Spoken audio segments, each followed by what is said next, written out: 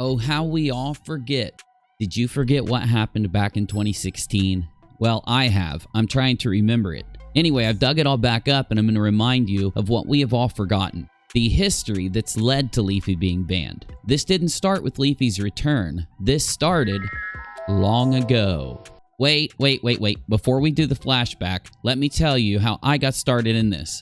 The Leafy ban is the most polarizing event to happen on YouTube as a YouTube issue in a very long time. Just scrolling under H3's tweet where he celebrated the ban, you see two distinct sides arguing their points against each other. Since this happened, I've given my opinion. I think that Leafy's new content was tame, but constantly my mind gets carried back to H3H3's joke and the response to it. And I find myself wondering, did H3 have anything to do with it? Did he make a phone call? Or was he just reversing Leafy's joke back on Leafy? If you didn't know, Leafy ended every video with a meme of H3H3 saying, I would love to see Leafy come back and try to exist in the landscape today. Saying, oh, Leafy, come back. I would love to see Leafy come back and try to exist in the landscape today. I'd love to see him succeed in today's climate.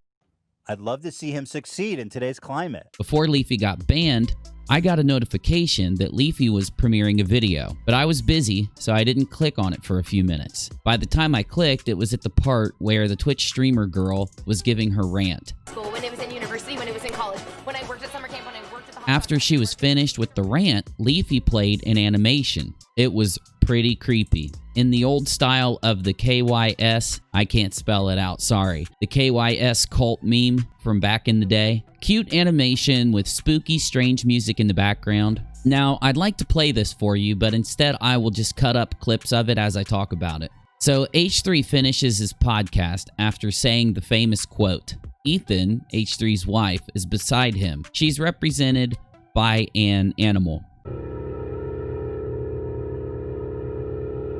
People saying, oh Leafy, come back. I would love to see Leafy come back and try to exist in the landscape today. Like the content that he was making would never fly on YouTube today, and you have to adapt and overcome the fact that, like. After it ends, Ethan says, thanks babe, go on ahead. I have to do some stuff in the studio. She replies, okay, don't work too hard. Ethan then enters a secret room with candles and pictures of Leafy in a strange cult-like fashion. Ethan says, oh Leafy, come back, please come back.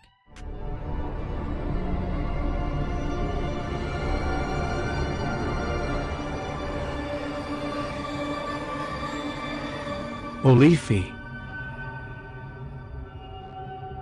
come back. Please come back. I need you. I need you. Leafy pops out of the center picture. For those of you that haven't followed H3 and Leafy since back in the day, I'll break this down.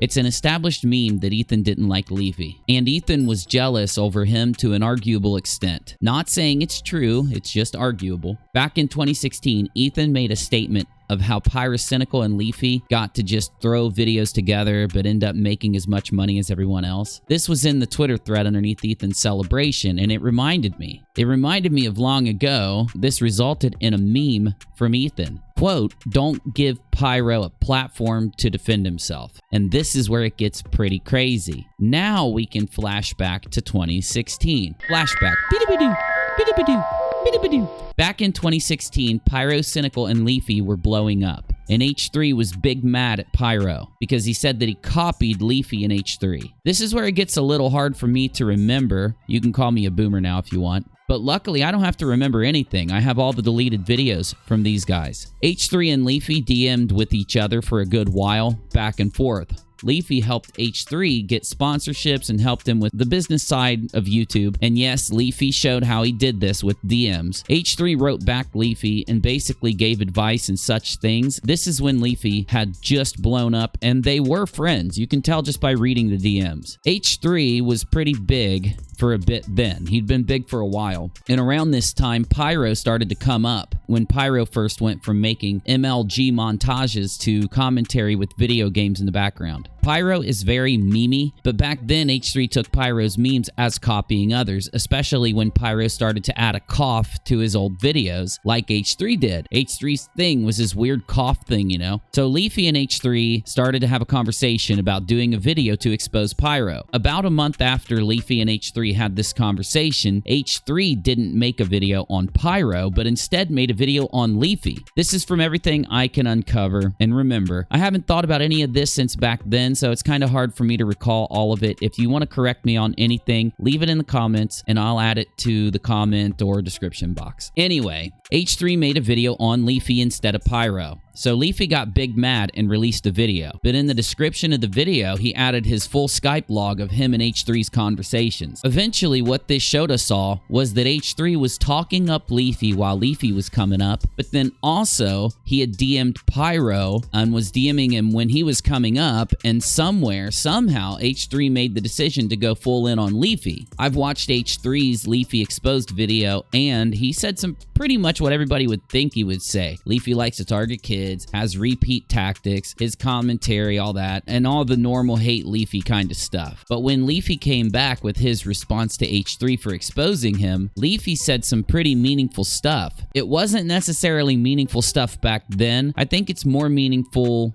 like right now. Take a listen for yourself. Also, just so everyone knows, at the point in time of Ethan talking to me, I had some beef with another YouTuber called Pyrocynical, and obviously there was a little bit of shit talk in there, but Pyrocynical has seen everything I had to say, and we've been cool for the past few weeks. But quite honestly, I can't even believe this guy. This guy sits there and he acts like a fucking moral compass of YouTube, pillar of justice, cyber police, right? But he's sitting there telling me in February in private messages, Pyrocynical is the real of YouTube. I hope his channel. And if that wasn't already bad enough, he literally says in the conversations, don't give Pyrocynical a chance to defend himself. Wait, what? Who in the actual even says that? You talk him so hard he can't even defend himself? Like, what the fuck? Like, what even is this shit? It's like some serious shit. I'll leave you in the garage where you have nowhere to run. Like, what the is he talking about? But let me drill this shit home for you guys. So this was a month and a half ago. The YouTuber Pyrocynical was apparently canceled and didn't even deserve a voice, and his channel needed to die, according to H3 Productions, right? But 2 days ago, Pyro finds some dirt on H3 Productions. Apparently, H3 Productions has been talking Pyro to tons of different YouTubers, right? He's been shit-talking a lot, right? And Pyrocynical makes a video about it and addresses the shit from H3 Productions for like 10 seconds. And the thing is with a lot of these YouTubers under the mask past YouTube, they can be completely different people. Like, for example, recently I've actually had a lot of private messages sent to me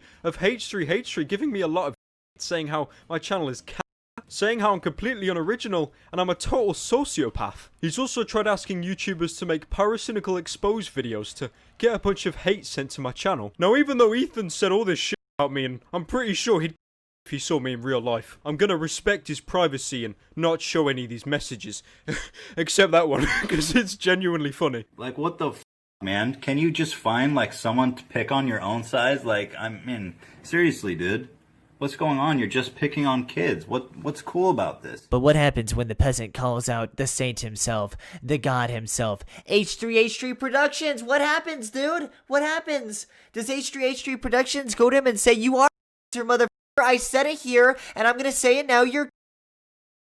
No, dude. Guess what he does? He fucking lies! He tweets out saying, why you straight lying, dog? And he deletes it 30 minutes later. So for every single person that think this guy's some sort of saint, why is it that the first thing he did was lie? And if he wasn't lying, why did he delete the tweet? Which, low-key, I have no fucking idea. Like, it's pretty if you think about it. Why would you claim he's lying? I mean, could come out with all the DMs and they make you look a lot worse than just Pyrocynical is cancer. I mean, holy shit, dude. Like, what the fuck were you thinking, dog? But what does the saint known as H3 Productions do after he's been caught lying? He's in the face of fire. Some people are calling him out. What happens? What does he do? I know what he does. He licks Pyrocynical's dude. Look at this shit. In the past couple of months, your content has been way better. Way more effort, way funnier, way more delicate. Like, you don't really bully people. Even though I dislike you because I felt like you shamelessly copied people, I always respect. Oh, I love that. Respect. Oh my god, respect. That is such a good word. Always respect your hard-ass work, and your videos are intelligent, well thought out, and executed. I guess it threatened me. I don't know. Either way, I'm sorry.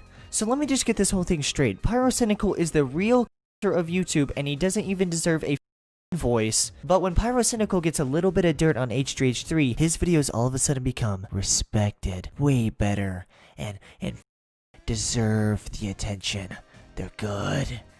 Respect. You know, that kind of reminds me of something. It kind of reminds me when he did the same thing to me, dude! Now let's go ahead and time travel out of this flashback. I'll go into a little more on this later, but for now, let's get back to the video that Leafy ended his channel with. The animation. The last thing that was played on his channel before it was banned. Where were we?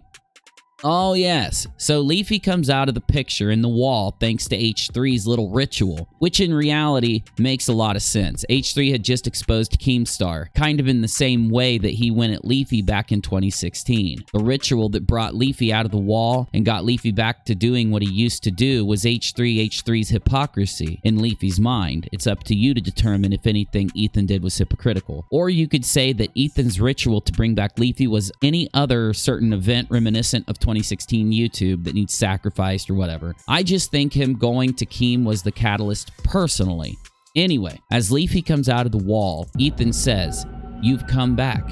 Leafy says, "Yes, I have returned." Yes, I have returned. H3 says, "I've been waiting I've been waiting for you so very long." Leafy says, I know, but I'm very disappointed in you, Ethan.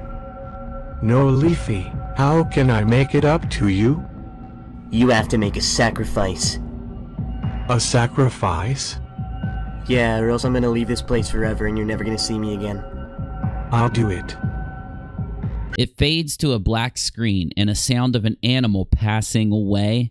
You know, that animal that represented Ethan's other half of H3H3, and then it pans to Ethan sitting at the podcast table eating the animal that he just sacrificed. This part of the video is very important in my opinion, because one, it kind of breaks terms of service of YouTube by representing Gila as a certain animal, which could be a breach under terms, but even more it represents sacrificing this animal, or then someone could take it as sacrificing someone else, which also could be argued in YouTube's terms of service as a breach. The music starts to amp up in a rhythmic and desperately creepy, culty kind of way. Ethan approaches Leafy. In the background behind Leafy is his picture. The picture being the thing that Ethan has yearned for so long while podcasting YouTube the way it used to be. Leafy is an icon or a symbol from the past that H3 came up with when the entire platform had his back. The thing that so many people say that Ethan lost in growing up on the platform, doing his podcast, and dealing with the changing YouTube.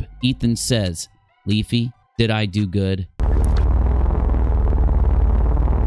Leafy, did I do good? Almost like Ethan is asking his old audience if his new content is good like the old stuff. Here, Ethan, I want you to read this. Leafy hands Ethan a piece of paper and says, "Here, Ethan, I want you to read this." The memo that Leafy hands to Ethan has 3 letters on it. KYS. Again, I can't spell it out for you. Ethan looks at it and then looks back at Leafy. Artistically or metaphorically, this is not Leafy telling Ethan to KYS. It's the old YouTube, the way that H3 used to be, the way that Pewds used to be, the old YouTube that we all know and loved before demonetization, when creativity was allowed to be expanded and grown upon, censorship only reserved for the most obvious offenses, back in a time where people didn't have every little thing hurt their feelings because they knew they could always just change the channel or choose not to watch. Ethan wasn't being told to KYS. He was being told to take his old YouTube self, his old style, his old creativity, and make the final leap, the final change to the new YouTube. So this was all represented in Leafy standing in front of the reverse image that he came out from, which is what all current YouTubers remember and call back to with every thought that passes through their brain before they have to censor that thought and ask if it can be put into a video. Leafy was metaphorically telling Ethan that he had to leave his old self behind if he wanted to exist in the current landscape, but not slightly, not while hanging on to the old way. His old self. He had to burn the old to live in the new. A dark, desolate mountain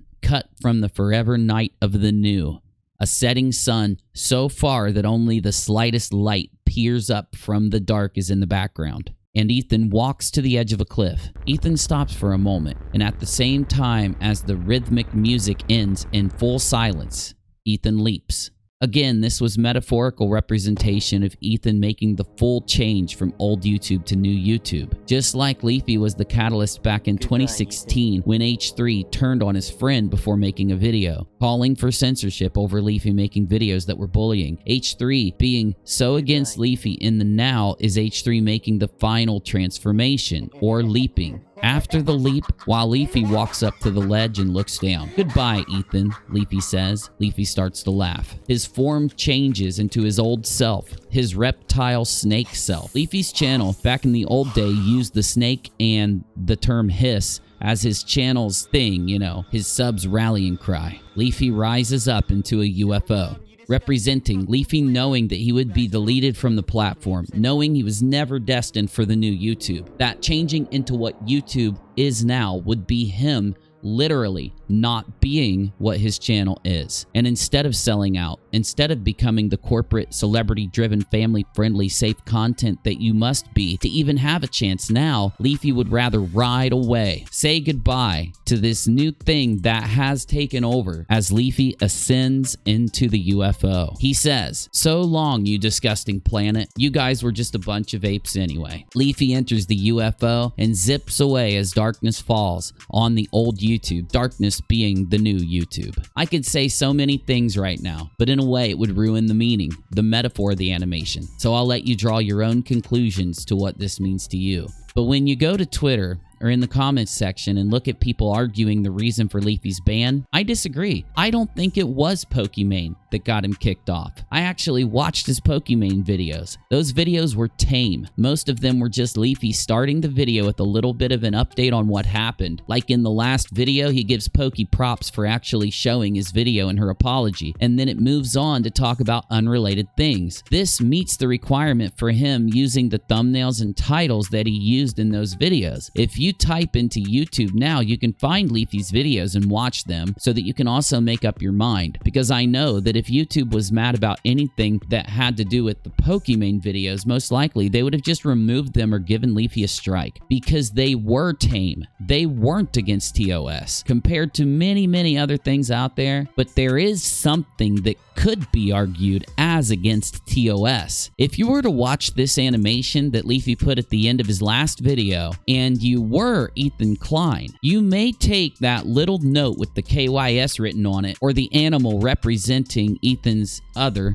If you were Ethan, you just might see that video, and if you could make a phone call, you just might pick up the phone and dial a number that only the top tier creators have. And when the other side picks up the phone, you just might say, "I would love to see Leafy come back and try to exist in the landscape today." And then you might tell whoever you're talking to that the animation in Leafy's video insulted Hila and gave an against TOS message to Ethan. Even though I don't think it did. More evidence to back this up, Leafy was on trending for his Pokimane videos, and Poki's tier 3 subs crowdstruck the videos down. In my last video, I showed that on Twitter, Poki's Discord server admitted to crowdstriking Leafy, and also that Keemstar was next. When Leafy's videos were age restricted, YouTube took them off of trending, but then put them back on after Leafy reached out. This doesn't happen when YouTube is about to perma-delete your channel. They don't put it on trending and then delete delete you for it. Also, H3 ironically was blocking people just for talking about free speech. That's it. Not even really tagging him. It's almost like he was mad at himself or something, and that's why when he saw somebody writing about free speech, he would block them, though it's up to you whether you think that or not. So you could call me crazy for thinking that it was something else that got Leafy banned, and that the only logical explanation was this little animation. By the way, only if somebody takes the animation seriously instead of metaphorically like it was intended. The last thing I'll say about this whole mess, though, is Leafy's first name is Calvin, and Ethan's last name is Klein. So if you put them together, you get Calvin Klein. It's kind of weird, isn't it? UNIRock, out.